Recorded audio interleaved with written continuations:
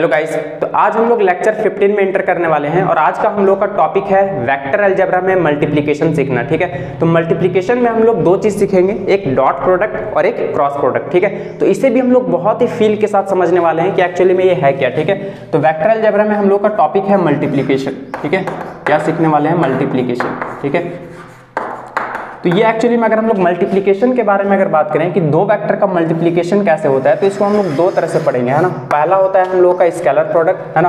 क्या होता है? Scalar product. और स्केलर प्रोडक्ट को ही हम लोग प्यार से, है ना, डॉट प्रोडक्ट के नाम से जानते हैं ना, डॉट प्रोडक्ट। ठीक है, स्केलर प्रोडक्ट को ही हम लोग डॉट प्रोडक्ट के नाम से जानते हैं। दूसरा जो हम लोग का मल्टीप्लिकेशन होता है वो होता है क्रॉस प्रोडक्ट, है ना, क्रॉस प्रोडक्ट। और इस क्रॉस प्रोडक्ट को हम लोग वेक्टर प्रोडक्ट बोलते हैं, है ना। एक्चुअल नाम इसका वेक्टर प्रोडक्ट है। ठीक है, वेक्टर प्रोडक्ट, जिसको हम लोग प्यार से इस क्रॉस प्रोडक्ट के नाम से जानते हैं। ठीक है, चलिए अब देखिए, चाहे हम लोग स्केलर प्रोडक्ट पढ़े या फिर क्रॉस प्रोडक्ट पढ़े, है ना, इसका मीनिंग क्या है ना, एक्चुअल फील के साथ अगर हम लोग समझना चाहें तो दोनों में डिफरेंस क्या है। ठीक है, तो चलिए मैं डिफरेंस करके बताता हूँ। जैसे सपोज दैट कि मेरे पास दो वेक्टर क्वांटिटी है ना, मान लीजिए पहला वेक्टर क्वांटिटी, ठीक है, ये रहा पहला वेक्टर क्वांटिटी और ये रहा दूसरा वेक्टर क्वांटिटी। अगर दो वेक्टर क्वांटिटी का मल्टीप्लिकेशन हो और अगर रिजल्ट हम लोग को स्केलर क्वांटिटी मिले तो पक्का है कि उन दोनों वेक्टर क्वांटिटी में हम लोग डॉट का इस्तेमाल करेंगे, है ना, डॉट का यूज होने वाला है। क्लियर? अगर दो वेक्टर क्वांटिटी को मल्टीप्लाई करें और रिजल्ट अगर स्केलर क्वांटिटी मिल रहा है तो पक्का है कि उन दोनों में डॉट का यूज होगा। क्लियर? चलिए अभी मैं एग्जांपल भी दूंगा। और वेक्टर प्रोडक्ट के बारे में अगर बात करूं तो वैसा क्वांटिटी, दो वेक्टर क्वांटिटी को अगर हम लोग मल्टीप्लाई कर रहे हैं, ठीक है, दो वेक्टर क्वांटिटी को मल्टीप्लाई करने पर अगर रिजल्ट वेक्टर क्वांटिटी ही मिले तो पक्का है कि उन दोनों में क्रॉस का यूज होगा। क्लियर है ये बात? तो इन दोनों में क्या यूज होगा? क्रॉस प्रोडक्ट का। क्लियर? तो कहां पर डॉट यूज होता है और कहां पर क्रॉस यूज होता है वो डिपेंड करता है कि रिजल्ट कैसा आने वाला है। ठीक है, अगर दो वेक्टर क्वांटिटी को मल्टीप्लाई करें और रिजल्ट स्केलर क्वांटिटी मिल रहा है तो पक्का है कि इन दोनों के बीच में डॉट का यूज होगा। और अगर दो वेक्टर क्वांटिटी को मल्टीप्लाई करें और रिजल्ट अगर हम लोग को वेक्टर क्वांटिटी मिल रहा है तो पक्का है, फिक्स्ड है कि वहां पर हम लोग क्रॉस का इस्तेमाल करेंगे। क्लियर? चलिए अब देखिए, इसका एग्जांपल अगर मैं देना चाहूं तो ऐसे आप लोग समझ सकते हो। जैसे वर्क डन का फॉर्मूला आप लोग यार पढ़ते हो, है ना, वर्क डन, है ना। बताइए, एक होता है फोर्स, एक फोर्स भी एक वेक्टर क्वांटिटी है, और डिस्प्लेसमेंट अगर मैं एस के बारे में बात करूं तो ये दोनों जो है ना एक्चुअली में वेक्टर क्वांटिटी है। ये भी वेक्टर क्वांटिटी और ये भी वेक्टर क्वांटिटी। अगर इन दोनों को मल्टीप्लाई करें तो हम लोग का रिजल्ट जो मिलता है वो मिलता है वर्क। ठीक है, वर्क। बताइए वर्क कैसा क्वांटिटी है? ये अपना स्केलर क्वांटिटी है। तो देखिए, ये भी वेक्टर, ये भी वेक्टर, दोनों को मल्टीप्लाई करने पर स्केलर मिल रहा है।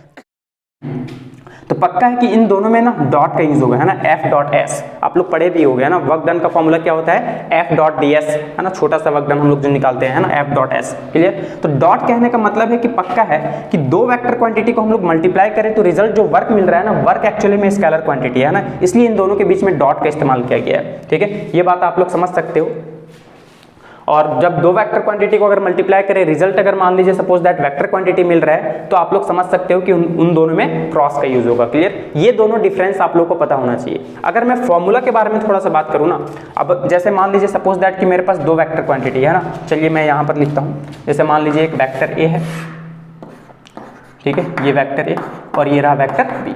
अगर इन दोनों के बीच का एंगल थीटा है, ठीक है, अगर मैं बोलूँ कि इन दोनों वेक्टर को ना आप डॉट करो, ए डॉट बी, तो ए डॉट बी का जो फॉर्मूला होगा यहाँ पर होगा magnitude of A magnitude of B cos theta. ठीक है, जब भी दो वेक्टर क्वांटिटी को अगर हम लोग डॉट कर रहे हैं, कुछ एंगल पे दोनों है, तो एक्चुअली में डॉट करने का तरीका क्या होता है? Magnitude of A magnitude of B cos theta. क्योंकि यार रिजल्ट तो हम लोग को स्केलर क्वांटिटी मिल रहा है ना, और स्केलर क्वांटिटी में डायरेक्शन नहीं होता है, ये बात समझ सकते हो। तो एक्चुअली में हम लोग को जो रिजल्ट मिलेगा ना उसमें कोई भी डायरेक्शन इंक्लूड नहीं होगा, ये बात आप लोग समझ सकते हो, क्योंकि रिजल्ट जो है स्केलर मिल रहा है। लेकिन यहाँ पर देखिए,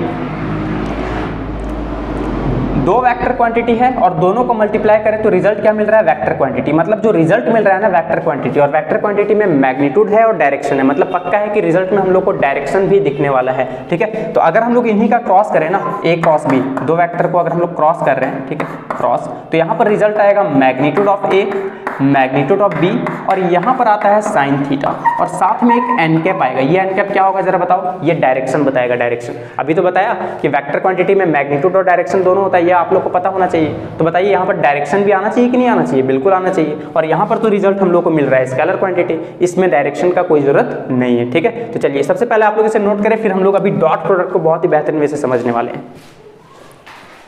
चलिए उम्मीद करता हूं कि आप लोग नोट कर चुके होंगे, ठीक है। तो अब हम लोग का टॉपिक है स्केलर प्रोडक्ट को बहुत ही बेहतरीन वे से समझना, ठीक है। चाहे स्केलर प्रोडक्ट बोल लो या फिर डॉट प्रोडक्ट बोल लो, है ना, दोनों तो एक ही चीज़ है। तो चलिए हम लोग इसको बहुत ही फील के साथ समझने वाले हैं, ठीक है। तो एक्चुअली में स्केलर प्रोडक्ट और डॉट प्रोडक्ट होगा क्या और कैसे करेंगे, है ना, आप लोग को गारंटी देता हूँ कि बहुत ही मज़ेदार वे में आप लोग को फील के साथ सिखा दूंगा, ठीक है। स्केलर प्रोडक्ट या फिर इसे आप लोग डॉट प्रोडक्ट भी बोल सकते हैं। चलिए मैं दोनों लिख दिया हूँ, ठीक है।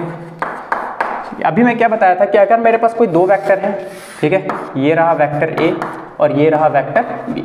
अगर दोनों के बीच में एंगल अगर थीटा एंगल है, अगर मैं बोलूँ कि vector A dot vector B करूँ, तो इसका मतलब क्या बताया था, कैसे निकालते हैं, है ना, magnitude of A magnitude of B cos theta, है ना। बहुत ही बेहतरीन वैसा भी डिस्कस कर रहा था कि दोनों में क्या डिफरेंशिएट है ना। इसमें साइन थीटा आएगा वेक्टर प्रोडक्ट में, वो तो हम लोग नेक्स्ट लेक्चर में देखने वाले हैं। लेकिन जब भी हम लोग किसी दो वेक्टर का अगर डॉट करते हैं तो रिजल्ट हम लोग को स्केलर मिलता है ना, स्केलर। और स्केलर में डायरेक्शन से कोई भी लेना देना नहीं होता है, इसलिए यहाँ पर डायरेक्शन नहीं आ रहा है। क्लियर ये बात। चलिए तो हम लोग इस तरह से कैलकुलेट करेंगे। अगर मान लीजिए आप लोग को कल के दिन बोल दिया जाएगा कि बताओ दोनों वेक्टर के बीच में एंगल कितना होगा, एंगल, तो कॉस थीटा यहाँ से निकाल लो, है ना, कितना हो जाएगा, ए डॉट बी तो है ही इधर, है ना, ए डॉट बी। बताइए ये दोनों मल्टीप्लाई में था, उधर जा करके डिवाइड में हो जाएगा, तो क्या हो जाएगा formula, magnitude of A magnitude of B,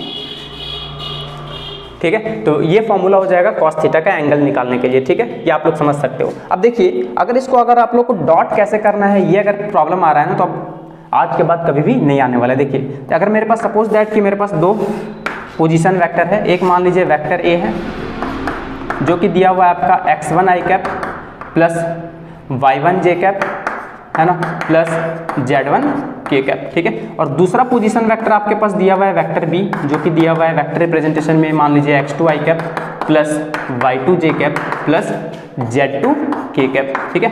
अगर बोल दिया जाए कि आप लोग a डॉट b करो, है ना, क्या करो, vector a dot vector b, ठीक है। ये देखिए तो पहले आप लोग वेक्टर a को लिखेगा, ठीक है, कितना है x1 i cap plus y1 j cap plus z1 k cap. अब डॉट करोगे वेक्टर b के साथ, तो वेक्टर b का वैल्यू लिख लो, है ना, x2 i cap plus y2 j cap plus z2 k cap. अब देखिए जैसे आप लोग मल्टीप्लाई करते हो ना, ये पहला इसके साथ फिर इसके साथ फिर इसके साथ, है ना, जैसे अलजेब्रा में, नॉर्मल अलजेब्रा में हम लोग मल्टीप्लिकेशन करते हैं वैसे कर लेना है। लेकिन यार यहाँ पर समस्या ये आएगा ना कि आप लोग को पहली बात ये नहीं पता है कि आई कैप वाला को आई कैप वाला के साथ डॉट करेंगे तो क्या होगा, आई कैप वाला को जे कैप के साथ डॉट करेंगे तो क्या होगा, है ना, और जे कैप वाला मतलब दिस दैट अगर बात करें तो ये आप लोग को थोड़ा प्रॉब्लम हो सकता है। तो चलिए सबसे पहले हम लोग उसको डिस्कस कर लेते हैं, वो भी बहुत ही बेहतरीन वे से, है ना, आप लोग को बहुत ही मजा आने वाला है। तो चलिए मैं इसे रब करता हूँ, है ना, आप लोग को एकदम फील के साथ एकदम सिखाने वाला हूँ हर एक चीज़।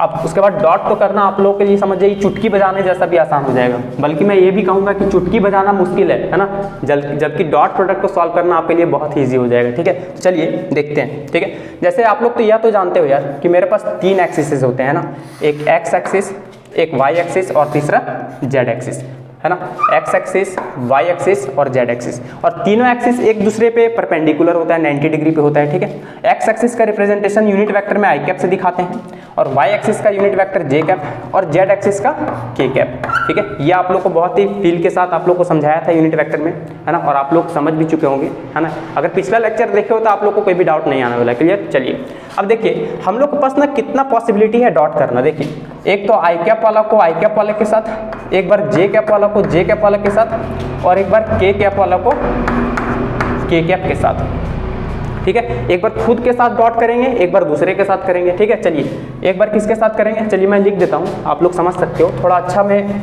फील के साथ आप लोग को समझ में आना चाहिए, तो बेहतर वे में आप लोग को आना चाहिए। थोड़ा बड़ा बड़ा भी लिखता हूँ, है ना, ताकि आप लोग को देखने में भी प्रॉब्लम ना हो, है ना। आई कैप डॉट, अगर आई कैप करूँ तो फॉर्मूला क्या हो जाएगा बताइए, आई कैप का मैग्नीट्यूड फिर आई कैप का मैग्नीट्यूड, अभी फॉर्मूला बताया था ना, ए डॉट बी का क्या होता है, magnitude of A magnitude of B cos theta. तो बताइए कॉस थीटा, बताइए दोनों के बीच का एंगल कितना आएगा। देखिए आई कैप भी इधर ही है और आई कैप भी इधर ही है, जब जब ऐसा होता है कि सेम डायरेक्शन में तो थीटा का वैल्यू 0 होता है। तो बताइए कॉस 0 डिग्री, और कॉस 0 का वैल्यू कितना होता है। और मैं उस दिन भी बताया था कि आई कैप जो है ना एक्चुअली में यूनिट वेक्टर होता है, और यूनिट वेक्टर का खासियत ये होता है कि उसका मैग्नीट्यूड 1 होगा। तो बताइए आई कैप का मैग्नीट्यूड कितना हो जाएगा, बताइए 1, इसका भी 1 इंटू कॉस 0 का वैल्यू 1, तो आंसर कितना आएगा 1 आएगा, ठीक है। अब बताइए जे कैप वाला को अगर डॉट करूं जे कैप के साथ तो कितना आएगा answer, magnitude of J cap magnitude of J cap cos, बताइए एंगल कितना आएगा। देखिए जे कैप भी इधर ही है, दूसरा वाला जे कैप भी इधर ही है, सेम डायरेक्शन में, और जब जब सेम डायरेक्शन होगा तो थीटा 0 होगा, है ना, तो कॉस 0 डिग्री। तो आंसर कितना आ जाएगा बताइए। ये भी यूनिट वेक्टर है, यूनिट वेक्टर इसका मैग्नीट्यूड 1 × 1 ही आएगा, और कॉस 0 का वैल्यू 1, तो आंसर कितना आ जाएगा 1। बताइए के कैप वाला को अगर के कैप के साथ करूँ तो कितना आएगा। मैग्नीट्यूड ऑफ के कैप, है ना, मैग्नीट्यूड ऑफ के कैप कॉस 0 डिग्री, क्यों, क्योंकि के कैप मतलब दोनों सेम डायरेक्शन में है, और थीटा का वैल्यू 0 होगा सेम डायरेक्शन में, ठीक है। यूनिट वेक्टर है तो मैग्नीट्यूड 1 × 1, आंसर कितना आ जाएगा 1। चलिए अब देखिए, अब दूसरे के साथ करेंगे ना, आई कैप को एक बार जे कैप के साथ करेंगे, एक बार जे कैप को आई कैप के साथ करेंगे, उसके बाद फिर आई कैप को के कैप के साथ, फिर के कैप को आई कैप के साथ। चलिए आई कैप डॉट जे कैप करो, कितना आएगा जरा बताओ। आई कैप का मैग्नीट्यूड, जे कैप का मैग्नीट्यूड कॉस, बताइए एंगल कितना होगा। आई कैप और जे कैप एक दूसरे पे 90 डिग्री पे है ना, तो कॉस 90। अब बताइए कॉस 90 का वैल्यू कितना होता है 0, तो 0 × दिस कितना होगा 0 होगा। बताइए इसका मैग्नीट्यूड 1, इसका भी मैग्नीट्यूड 1 × 0, तो आंसर 0 हो जाएगा, ठीक है। अब बताइए जे को अगर आई के साथ करूं डॉट तो कितना आएगा आंसर बता दीजिए आप लोग, बहुत ही बेहतर वैसे आप लोग समझ सकते हो, है ना। Magnitude of J cap, magnitude of I cap, ठीक है, कॉस 90, क्योंकि जे और आई के बीच में भी तो एंगल 90 ही होगा, रिवर्स तो कर दिया हूं सिर्फ, है ना। 1 × 1 × 0, आंसर 0। तो जरा बताओ अगला। अभी आप लोग फील के साथ ना अभी सारा चीज जो है एकदम डिस्कस करूंगा, एकदम मन में बैठा दूंगा, ये तो मेरा गारंटी है। अभी थोड़ा सा रिजल्ट तो देख लो आप लोग पहले, ठीक है। चलिए अब आई को के साथ करो, देखिए आई कैप डॉट के कैप कितना आएगा बताओ। Magnitude of I cap, magnitude of के कैप कॉस, बताइए आई और के बीच में भी कितना होगा एंगल 90 डिग्री, क्योंकि म्यूचुअली परपेंडिकुलर होते हैं ये सब, है ना, सारे एक्सिस, तो कॉस 90 डिग्री। आंसर 1 × 1 × 0, क्योंकि कॉस 90 0 होता है तो आंसर 0। बताइए अगला। चलिए इसे मैं रफ करता हूँ थोड़ा सा ताकि यहाँ जगह मिल जाए। के को आई के साथ करो आप लोग, देखो के को आई से तो क्या हो जाएगा। मैग्नीट्यूड ऑफ के cap, magnitude of I cap cos, के और आई का भी बीच का एंगल कितना हो जाएगा 90 डिग्री। कितना होगा आंसर 1 × 1, क्योंकि यूनिट वेक्टर का मैग्नीट्यूड 1 होता है और कॉस 90 का वैल्यू 0, तो आंसर 0। अब बताइए जे को के साथ करो, फिर के को जे के साथ, बस सारा रिजल्ट हो गया हम लोग का, है ना। तो जे कैप क्रॉस के कैप करो या फिर के कैप क्रॉस जे कैप करो, ठीक है। आप लोग समझ सकते हो यार कि magnitude of J cap, magnitude of के कैप कॉस 90 ही आएगा, है ना, तो फाइनल रिजल्ट 0 ही आएगा, कॉस 90 का वैल्यू 0 हो जाता है ना। इसमें भी के कैप का मैग्नीट्यूड, है ना, जे कैप का मैग्नीट्यूड कॉस 90, तो इसका भी आंसर 0, ठीक है। तो यार आप लोग यहाँ से क्या फील ले पाए, आप लोग डॉट प्रोडक्ट तो सारा एक्सिस का हम लोग कर चुके हैं, अब आप लोग यहाँ से ये फील ले चुके होंगे, है ना, कि डॉट प्रोडक्ट में ना एक्चुअली में अपने में 1 होता है, खुद के साथ करो तो 1 और दूसरे के साथ कर दो तो आंसर कितना मिलता है 0 मिलता है, ठीक है। तो बस दिमाग में आप लोग इतना बैठा लो एकदम बहुत ही बेहतरीन वैसे कि अगर खुद के साथ डॉट हुआ आई कैप का आई कैप के साथ, या फिर जे कैप का जे कैप के साथ, या फिर के कैप का के कैप के साथ, तो हमेशा आंसर कितना आएगा 1 आएगा। खुद के साथ डॉट 1 और किसी दूसरे के साथ डॉट होगा तो आंसर 0 आएगा, है ना। देख लीजिए आप लोग समझ सकते हो, और पूरा फील के साथ मैं सारा चीज मैथमेटिकली रिप्रेजेंट करके बता दिया हूँ, ठीक है। तो अब आप लोग यहाँ पर कुछ याद रखने का जरूरत नहीं है, मैं इसे रफ करता हूँ, ठीक है। एक न्यूमेरिकल भी लूंगा ताकि आप लोग को एकदम फील के साथ जो है एकदम बेहतर वे में समझ में आएगा। अभी मैं क्या बताना चाह रहा हूँ आप लोग समझ सकते हो, देखो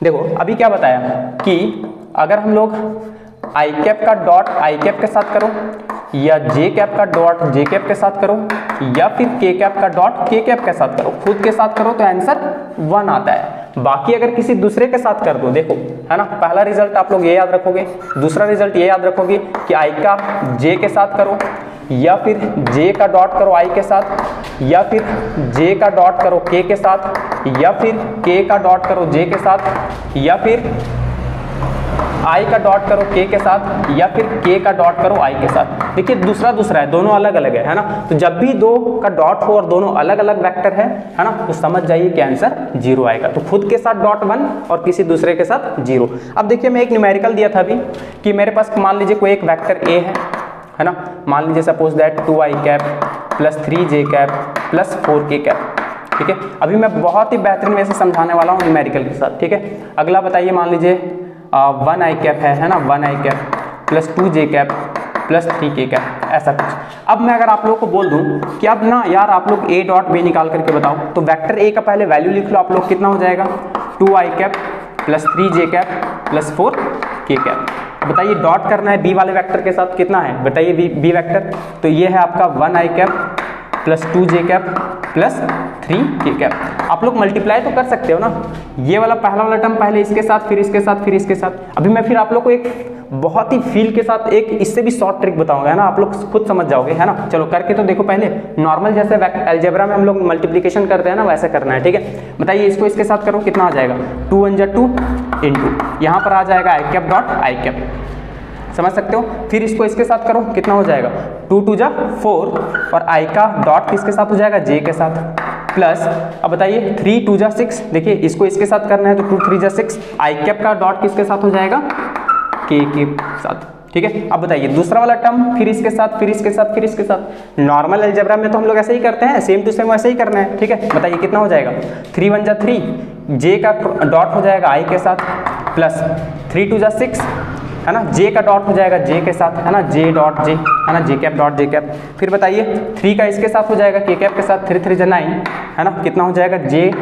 कैप डॉट के कैप, ठीक है, प्लस अब बताइए तीसरा वाला देखिए, 4 1 जा 4, कितना हो जाएगा, 4 1 जा 4 और के का डॉट होगा आई के साथ, है ना, के डॉट आई, ठीक है, के डॉट आई, प्लस देखिए 4 2 जा 8, ठीक है, के डॉट जे, है ना, के डॉट जे, प्लस 4 3 जा 12, के डॉट के। अब आप लोग समझ सकते हो यार, देखो यहाँ पर मैं रिजल्ट भी लिख करके रखा हूँ, ठीक है। आई का आई के साथ मतलब खुद के साथ होगा तो आंसर 1 आ जाएगा, 2 इंटू 1, ठीक है। लेकिन किसी दूसरे के साथ हो रहा है ना तो ये टर्म 0 बन जाएगा, देखिए ये वाला टर्म 0 बन जाएगा, आई का के साथ इसका भी टर्म 0 बन जाएगा, ये 0 हो जाएगा, है ना। तो क्या लिखूंगा, प्लस 0 प्लस 0, ठीक है। अब बताइए इसका करूंगा तो देखिए दूसरे के साथ है, ये भी 0, ठीक है, सिर्फ जे कैप डॉट जे कैप, ये आंसर 1 आएगा, है ना। 6 1 जा 6, है ना, प्लस 6, एक 0 प्लस 6, ये जे और के है, इसका भी टर्म 0 बन जाएगा, है ना।